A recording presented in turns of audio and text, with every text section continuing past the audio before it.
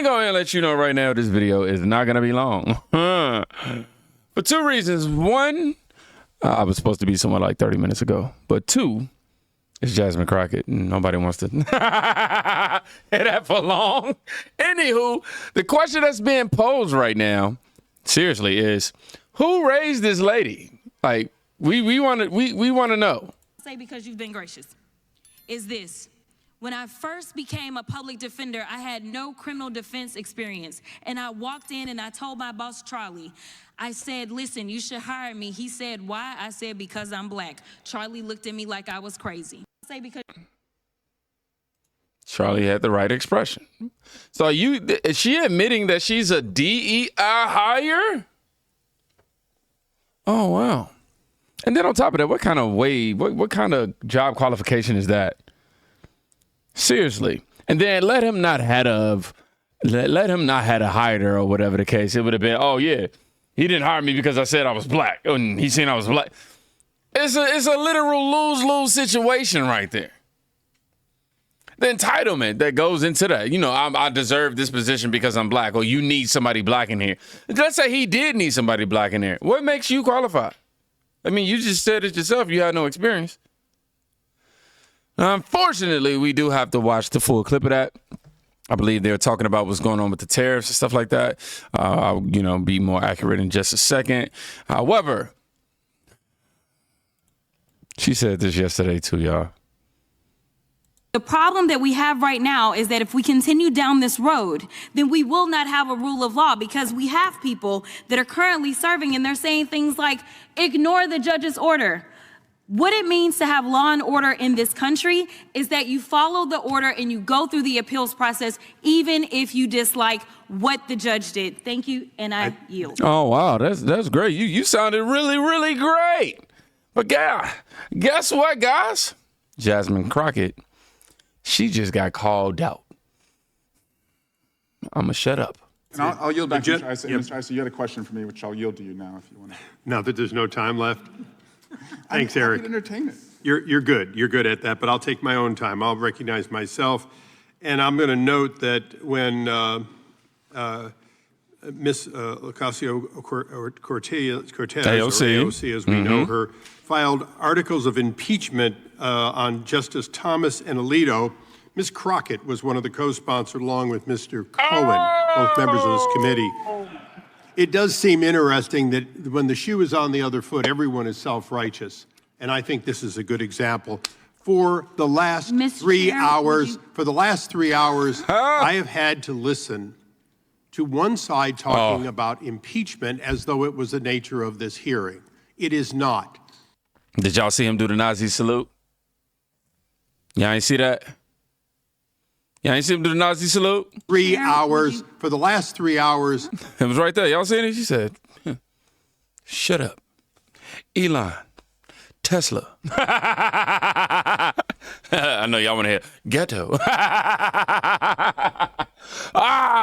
Anytime I use that word, I got to, go ahead and get a disclaimer that I said I wasn't going to use it. So boom, there I go, being a hypocrite, being a Democrat, right? Serious question. How the heck did she get elected? Because she's black. And it was in the DEI hiring process. And for whatever reason, here goes you know what? No, I'm going to say it. This is proof why you don't hire people just based off of color right here. Because everything this woman has said so far, I ain't going to say everything, 99.9% of everything that she said, though, has been complete BS. Debunked in real time. And honestly, it's just all fluff. A lot of it is fluff. You're sitting there, it's cool if you do it. If you file an impeachment for somebody, that's fine. But if hold on, I'm getting this twisted. But if somebody else do it, who on the other side of the aisle, they ain't got no moral high ground or none of that, right? I'm so tired of her wig, eyelashes, LV, advertisements, nails, and flailing arms? Perhaps she's getting ready to fake a seizure. Man, it's unfortunate. I mean, y'all can talk about all y'all want to. Beautiful woman. Horrible body, in my opinion. Jerry Seinfeld wants his pirate shirt back.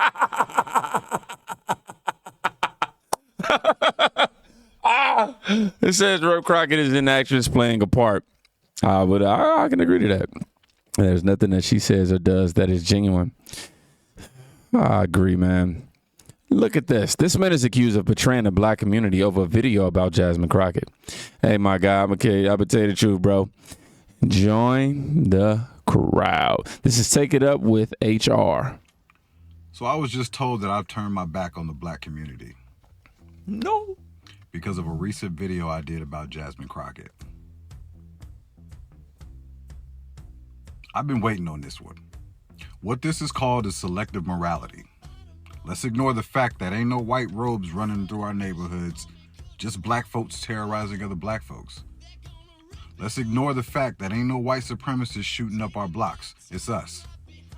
Let's ignore the fact that we make music glorifying our own destruction and then cry when the streets match the lyrics. We love screaming black unity, but he ain't no real nigga. What you talking about, bro? Hold up, bro. Hold up. How you? Nah, man, you ain't calling out. You over there betraying the culture, man. What you doing, bro?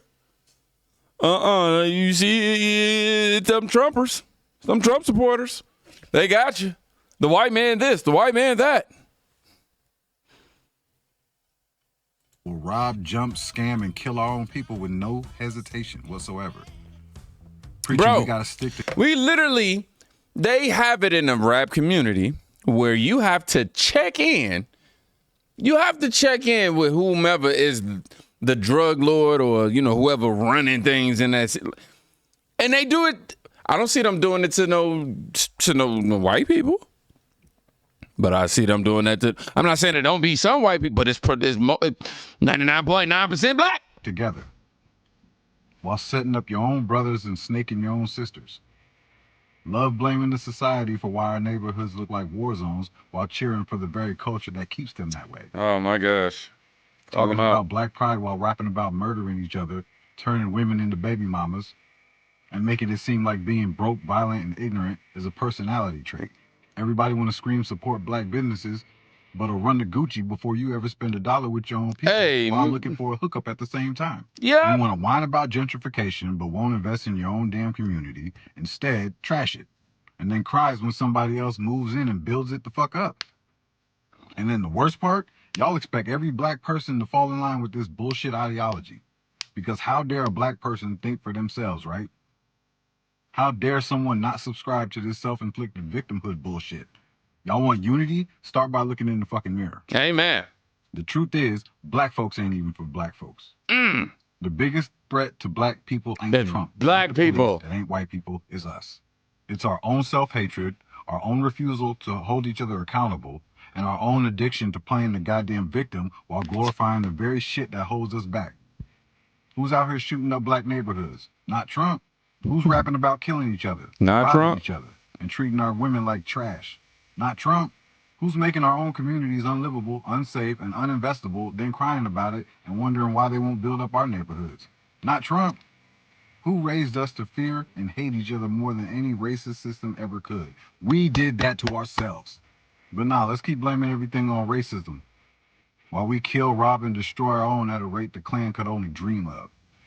Let's keep pretending every black person is on the same team when half of y'all wouldn't even piss on another black person if they were on fire. Y'all would film it and yell World Star. Let's keep screaming about oppression while cheering on the destruction of our own communities. Y'all don't want justice. Y'all don't want unity. Y'all don't want progress. You just want an excuse to stay in the same damn cycle while blaming everyone else but yourselves. So nah, I'm not turning my back on black folks. I'm turning my back on the bullshit. And if that offends you, good. Maybe it's time y'all got uncomfortable. Let them know. We can actually fix the problem. Oh my God. He was on demon time with look. I feel you, bro. When you're dealing with this amount of BS, dog, and this amount of hypocrisy, it becomes it's not even overwhelming. It's just like 1 + 1 is 2. Okay?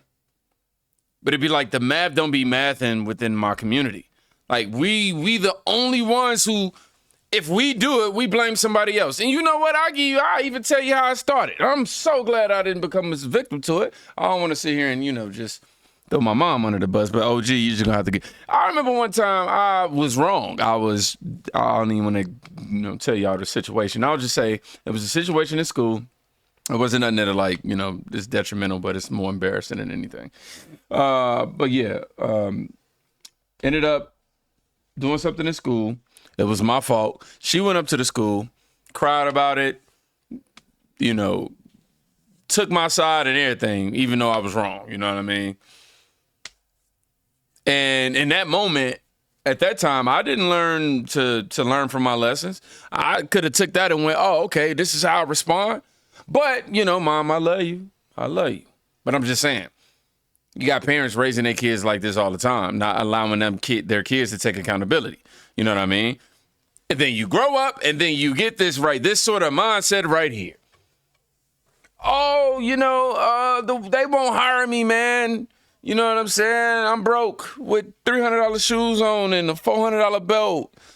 Yeah, I'm not taking care of this. We shooting up the block and putting it in a song. And then right after that, going to church and going to the funeral, talking about end the violence and meeting with the community leaders. And then making a song right after that, talking about going to go, oh.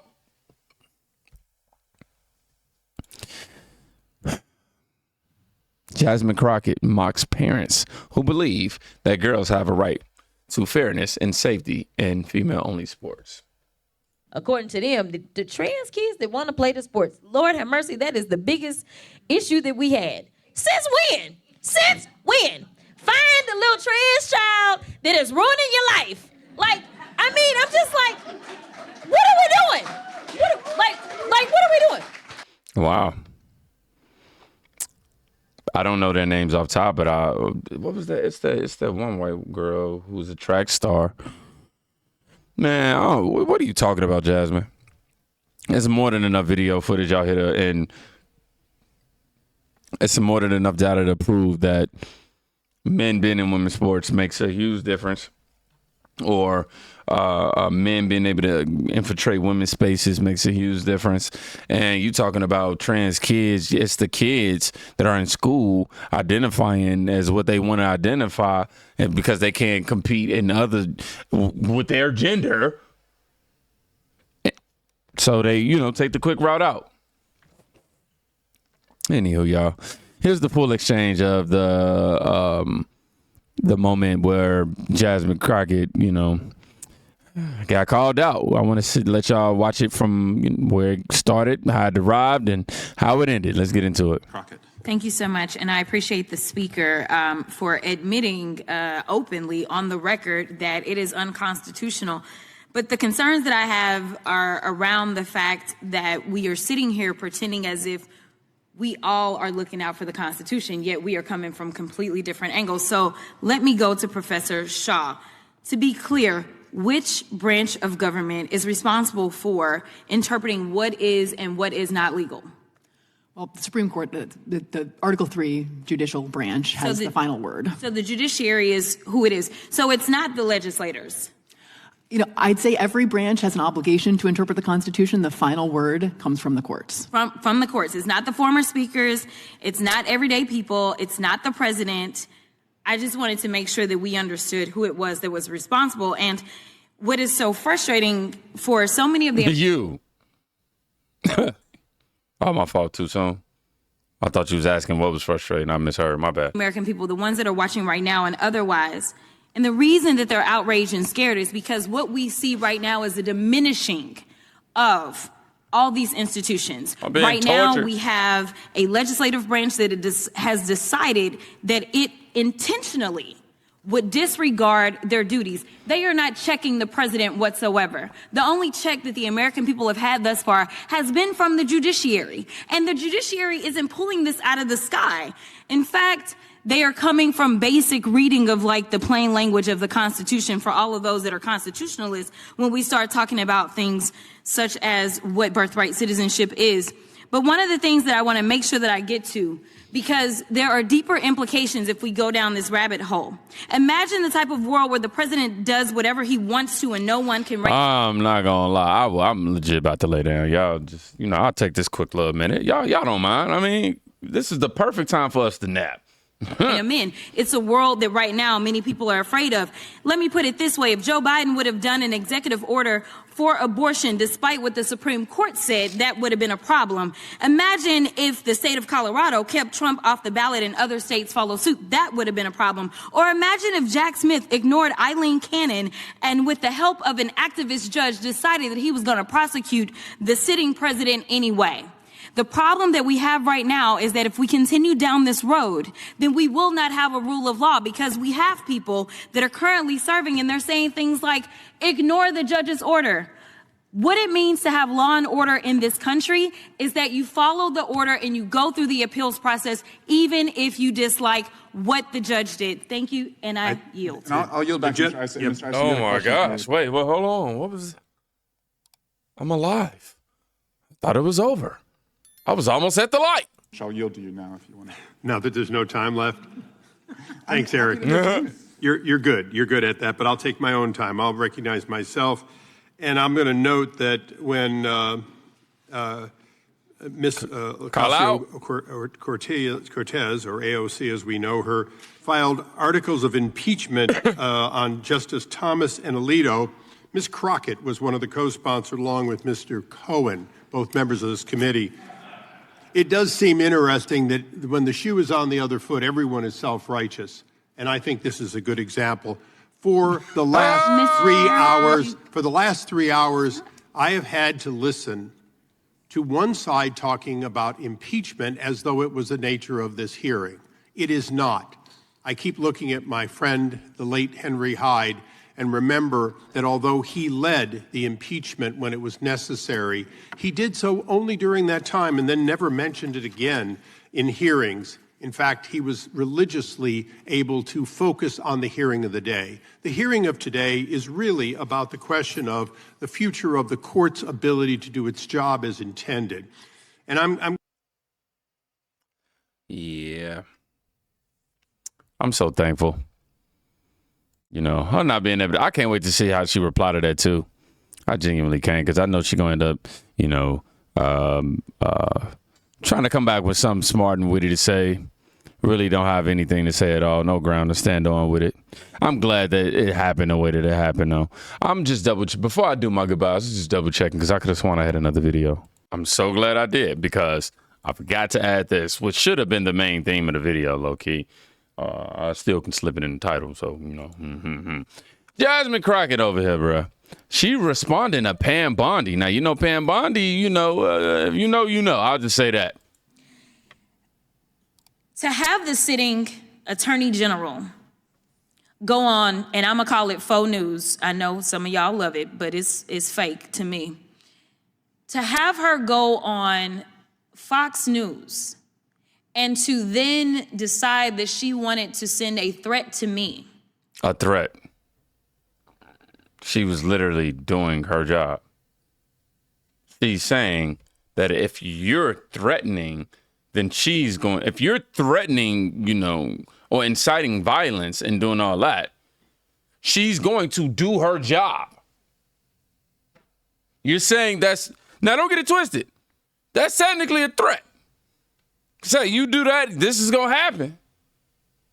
But being intellectually honest, we know it's a threat on a technical level. But it's her doing her job. Okay, I'll shut up. Go on Fox News and to then decide that she wanted to send a threat to me. It was wrong. Shut up. Because here it is, she is the highest law enforcement agent in this country, and people are watching and they are consuming this information and they are believing that simply because... I lied to y'all. I lied. Please, my black people that's watching this who don't care about politics but still watching, please look past all of what you can relate to and listen to what she's saying. Because I decided that I wanted to exercise my right to free speech, which I am not abridged from doing, that she then wanted to then politicize something that should not be politicized. I don't like Elon Musk. I'm gonna say it 50,000 times. I don't like him. I don't like that he going out there and he firing people. I think that he's a crook because somehow the rest of us can't sit around and get whatever federal contracts we want. The rest of us can't sit around and get law enforcement and get them somehow ordained as federal law enforcement to protect him. The rest of us can't get our dealerships protected by the federal government. That is something. You also don't kick it with Trump. And you also aren't the richest person on earth. There's some dangers to those things. Somebody that is operating above the law. For whatever reason, just because he has a lot of money, more money than everybody else. And yes, I am happy to see that on my birthday, which is what I said, there were peaceful protests around this world against him because he is a problem. And so you never should have somebody that is sitting that high and is going to sit up here and threaten a sitting member of Congress when she knew good and well if she watched. Oh, you're the victim now. The entire thing that I specifically told protesters to make sure you consult with lawyers, just like I've told protesters over and over and over in the history of me advising people to go out and exercise their constitutional right. The fact that there are other sitting members that have received letters of threat from this new DOJ tells me that they are about retribution and they are not about following the law. Oh, they're about holding you accountable. And it just look like you're not used to it. Yeah, I'm sorry, y'all. I ain't gonna be able to pause. I ain't gonna be able to not pause when she talk low. Like, dog, I'm glad she at least confessed to being the DEI. And that response to Pam Bondi, that was just weak on the basis that you tried to take the victim route. Oh, you come after me. Your words hold weight, and you got the platform, and people are listening.